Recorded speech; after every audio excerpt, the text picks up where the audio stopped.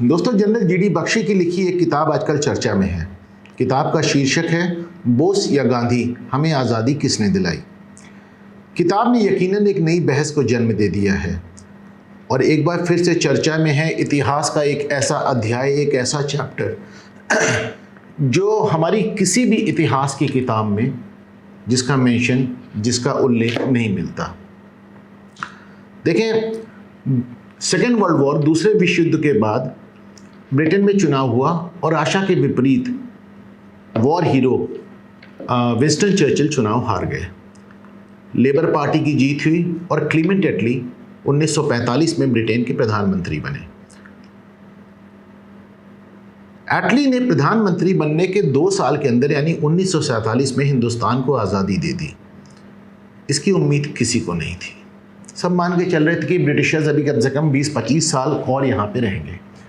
तो क्या वजह थी कि ब्रिटेन को अपनी सबसे बड़ी और सबसे मुफीद कॉलोनी से इस तरह रुखसत होना पड़ा।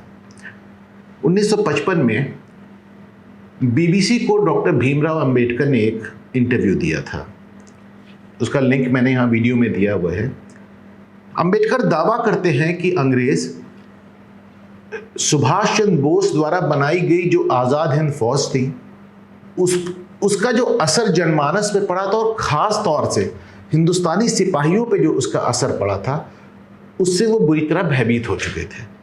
1857 की गदर की यादें उनको हमेशा से हॉन्ट करती थी और हिंदुस्तान पे जो उनका राज करने का इकलौता तरीका, इकलौता औजार था, वो था एक ब्रूट फोर्स, यानी ये फौजी ताकत। जब हम फौजी ताकत की बात करते हैं तो याद रहे कि हिंदुस्तान में ब्रिटिशर्स की संख्या 1 लाख से ज़्यादा कभी नहीं रही। 1947 में भी उनके जाने के वक्त भी यहाँ पे अंग्रेज सैनिकों की संख्या सिर्फ 40,000 थी।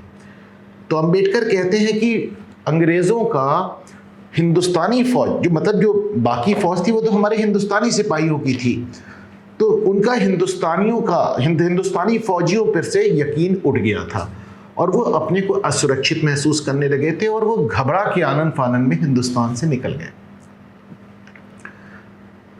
1982 में कैलिफोर्निया स्थित इंस्टीट्यूट ऑफ हिस्टोरिकल रिव्यू के एक जर्नल में रंजन वोरा ने एक दिलचस्प वाक़ये का जिक्र किया है। रंजन बताते हैं कि 1956 में प्रधानमंत्री पद से हटने के बाद क्लेमेंट एटली, जिन्होंने हिंदुस्तान को आज़ादी दी थी, वो कलकत्ता आए थे एक प्राइवेट विजिट पे और गवर्नर हाउस में रुके थे। उस वक्त बंगाल में गवर्नर नहीं था और गवर्नर का जो चार्ज था वहाँ के चीफ जस्टिस पीबी चक्रवर्ती साहब के पास था।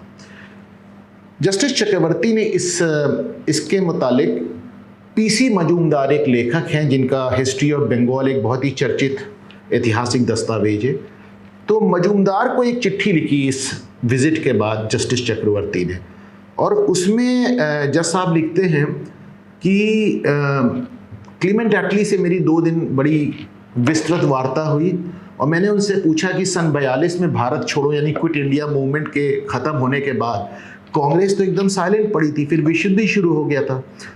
तो उन्होंने कहा ऐसी क्या बात थी कि अंग्रेज़ों को आनन फानन यहाँ से जाना पड़ा। तो जिसका जवाब क्लीमेंट एटली देते हैं कि हम सुभाष चंद्र बोस का जो असर पड़ा था हिंदुस्तानी सिपाहियों पर, उसको लेके हम अपने को बहुत असुरक्षित महसूस करने लगे थे और हमारे अंग्रेज अफसर यहाँ पे रुकने के लिए तैयार नहीं थे। जस्टिस चक्रवर्ती आगे लिखते हैं उस चिट्ठी में कि मैंने उनसे पूछा, यानी जज साहब ने पूछा क्लेमेंट एटली से कि इस पूरे घटनाक्रम में गांधी और कांग्रेस का क्या रोल था।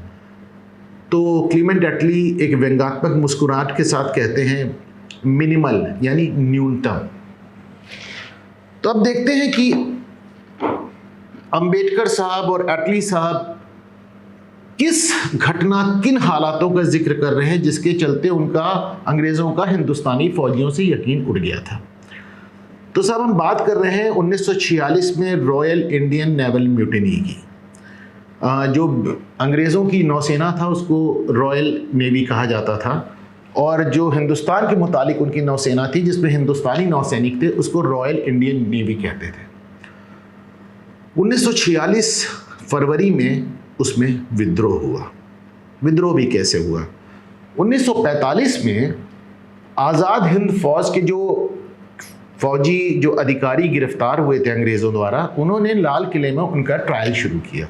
और ये सबसे फेमस जो ट्रायल था वो major general Shahnawaz Khan, lieutenant colonel Gurbaksh Singh Dhillon और लेफ्टिनेंट कर्नल प्रेम सहगल, यानी एक हिंदू, एक मुसलमान और एक सिख, इन तीनों का लाल किले में एक अस्थाई अदालत बना के ट्रायल शुरू किया। और अंग्रेज़ इसके माध्यम से एक मैसेज देना चाहते थे, क्योंकि 1857 की क्रांति के बाद भी उन्होंने इसी लाल किले में एक अस्थाई अदालत बना के ट्रायल किया था। उसमें बहादुर शाह जफर पे मुकदमा चला था, जिसमें उनको आजन में कारावास करके रंगून भेज दिया गया था।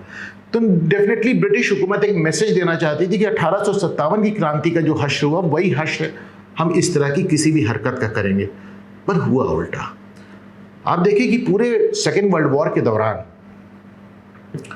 न्यूज़ पूरी सेंसर्ड थी, तो हिंदुस्तानियों को, हिंदुस्तानी जनता को कभी इस बात का अंदाज़ा ही नहीं लगा कि सुभाष चंद्र बोस ने किस तरह एक आज़ाद हिंद फौज का गठन किया, किस तरह उन्होंने अंग्रेज़ों से लड़ाई की, किस तरह उन्होंने अंडमान निकोबार को जीतकर उस पर तिरंगा फहराया, एक स्वतंत्र राष्ट्र की घोषणा की।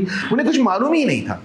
तो जब major Shahnawaz Khan, lieutenant colonel Dhillon, lieutenant colonel Prem Sahgal पे मुकदमा चला, तो उन्होंने जो अपना बयान दिया, और सबसे महत्वपूर्ण इनका मुकदमा जिन्होंने लड़ा, भूला भाई देसाई, बड़े वकील थे, शानदार वकील थे, तो उनकी जो बहस थी वो उस समय अखबारों में बड़े अच्छे से छपी। और हिंदुस्तान की जनता को पहली बार मालूम पड़ा कि जिस सुभाष चंद्र बोस को वो भूल चुके थे, वो खाली नहीं बैठे थे। उन्होंने तो बाकायदा इतना बड़ा कारनामा अंजाम दे दिया था, विदेश से जाके एक पूरी फौज बना ली थी और अंग्रेजों पे चढ़ दौड़े थे। हिंदुस्तानी जनमानस इसको लेके बहुत ज़्यादा भावुक हो गया। गली गली में बोस की तस्वीरों के साथ जय हिंद का नारा गूंजने लगा।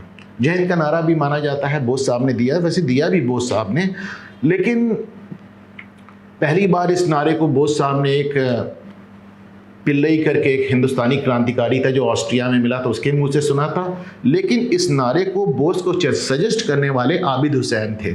आबिद हुसैन जर्मनी में गए थे इंजीनियरिंग की पढ़ाई करने, और बोस से प्रभावित होकर उनके सचिव हो गए थे। और जब फौज में बोस को एक कौमी नारे की ज़रूरत थी, तो आबिद हुसैन ने इसको सजेस्ट किया था कि साहब जय हिंद का नारा कैसा रहेगा। नेताजी को पसंद आया और उन्होंने इसको अपना वॉर क्राई यानी कि युद्ध घोष बना लिया। बहरहाल जनता का रुख एकदम बदल चुका था, गांधी, नेहरू वगैरह सब किनारे पड़ गए थे और जनमानस बोस में अपना नया नायक तलाशने लगा था। हालात ये थे कि जब ट्रायल चल रहा था ये आज़ाद हिंद फौज के फौजियों का, तो अंदर मुकदमा चलता रहता तो बाहर हज़ारों लोग खड़े होकर जय हिंद नारे लगाते रहते थे। पूरे मुल्क के हालात ये हो गए थे। और इसके ठीक बाद फरवरी में 1945 में ट्रायल शुरू हुआ, और फरवरी 1946 में जो ब्रिटेन का एक जंगी जहाज़ खड़ा हुआ था, HMIS Hindustan, HMIS Akbar, HMIS तलवार, तो उसमें जो ये अकबर जो एक शिप था उससे एक विद्रोह शुरू हुआ। और इस विद्रोह का नेतृत्व कर रहे थे सिग्नल मैन MS खान और पेटी ऑफिसर मदन सिंह। इस विद्रोह का अंदाज़ा आप इस तरह लगाएं कि केवल 24 घंटे में 78 जंगी जहाज़ विद्रोहियों के कब्जे में आ गए थे। 20 बंदरगाहों पे इनका कब्जा हो गया था और 20,000 सैनिक विद्रोह के लिए उठ के खड़े हो चुके थे। मद्रास और पूना तक के फौजी कैंटोनमेंट्स में आग लग चुकी थी। पूरे देश में जगह जगह बवाल हो रहे थे, लोग अथॉरिटीज़ को चैलेंज कर रहे थे, पुलिस से और आर्मी से मुठभेड़ कर रहे थे। ब्रिटिश कलेक्टर्स लिख के दे रहे थे कि फौजी हमारे कहने पे ना लाठी चार्ज कर रहे हैं, ना हमारे कहने पे गोली चला रहे हैं। ये सारी रिपोर्ट बना के वाइसरॉय ने उस समय ब्रिटिश हुकूमत को इंग्लैंड भेजी। बहरहाल इन जंगी जहाज़ों से जो ब्रिटेन का जो झंडा था यूनियन जैक, उसको फाड़ के फेंक दिया गया, और उसकी जगह इन फौजियों ने, इन नौसैनिकों ने, इन विद्रोहियों ने 3 झंडे फहरा दिए। एक आज़ाद हिंद फौज का, दूसरा कांग्रेस का और तीसरा मुस्लिम लीग का। गौर करें, बात 1946 की हो रही है। मुल्क के बंटवारे और मुल्क की आज़ादी के केवल 1 साल पहले पूरा मुल्क सांप्रदायिक आधार पे बढ़ चुका था, पाकिस्तान की डिमांड अपने चरम पे थी और ऐसे समय में ये विद्रोही कांग्रेस और मुस्लिम लीग और आज़ाद हिंद फौज के झंडे साथ साथ लहरा के कौमी एकता की एक मिसाल पेश कर रहे थे। जाहिर है बंटवारे का मन बना चुकी कांग्रेस और मुस्लिम लीग दोनों को ही ये विद्रोह रास नहीं आया। कांग्रेस ने और मुस्लिम लीग ने, गांधी ने और जिन्ना ने भरपूर निंदा की इसकी। कांग्रेस ने बाकायदा देश से अपील की कि कोई भी आदमी इन विद्रोहियों को मदद ना दे, लेकिन उनकी अपील को एकदम अनसुनी करते हुए हजारों लोग मुंबई में गेटवे ऑफ इंडिया में पहुंच गए और वहां जाकर उन्होंने विद्रोहियों को खाने पीने का सामान दिया। हालात ये हो गए कि जो ये हिंदुस्तान करके जहाज था, इसकी जो तोपें थी वो ताज होटल पे तान दी गई। ताज होटल पे उस समय सब ब्रिटिशर्स रह रहे थे। 22 और 23 फरवरी को पूरा मुंबई बंद हो गया, ट्रेनों में आग लगा दी गई, 11 फौजी ट्रक फूंक दिए गए, रोड ब्लॉक्स हो गए और केवल 2 दिन के अंदर 230 से ज़्यादा लोग मारे गए। पूरे देश, आप समझिए कि ये जो रिवोल्ट मुंबई से शुरू हुआ तो कराची से लेके कलकत्ता तक और पूना से लेके मद्रास तक फैल गया था। इन गंभीर हालातों में कांग्रेस ने विद्रोहियों से वादा किया कि तुम समर्पण कर दो, देखो हम तुम्हारा साथ नहीं दे सकते, तुम समर्पण कर दो, तुम्हारे खिलाफ कोई कार्रवाई नहीं होगी। मोहम्मद अली जिन्ना ने मजहब के आधार पर तमाम मुस्लिम विद्रोहियों से अपील की कि वो सरेंडर कर दें। सरेंडर हो गया।